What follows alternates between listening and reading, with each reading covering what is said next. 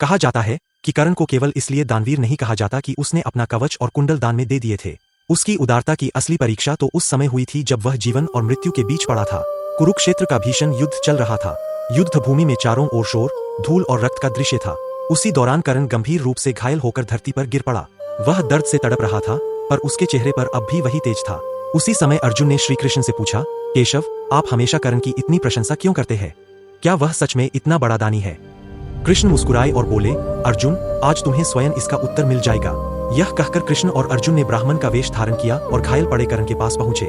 कर्ण ने जैसे ही ब्राह्मणों को देखा, वह दर्द में होने के बावजूद सम्मान से बोला, हे ब्राह्मण देव, मैं इस समय घायल पड़ा हूँ। मेरे पास देने के लिए अब कुछ भी नहीं बचा है। फिर भी यदि मेरी किसी चीज से आपका भला हो सके तो अवश्य बताइए। तब उनमें से एक ब्राह्मण बने कृष्ण बोले, हमने सुना है कि तुम्हारे दांत सोने के बने हैं। यदि तुम उन्हें हमें दान कर दो तो हमारा काम बन जाएगा। कर्ण ने एक पल भी देर नहीं की।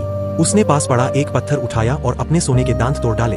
खून बहने लगा, लेकिन उसने दर्द की परवाह नहीं की। वह दांत ब्राह्मण को देने लगा। तभी कृष्ण बोले, अरे, ये दांत तो खून से सने हुए हैं। मैं ऐसा अशुद्ध दान कैसे स्वीकार कर सकता हूँ?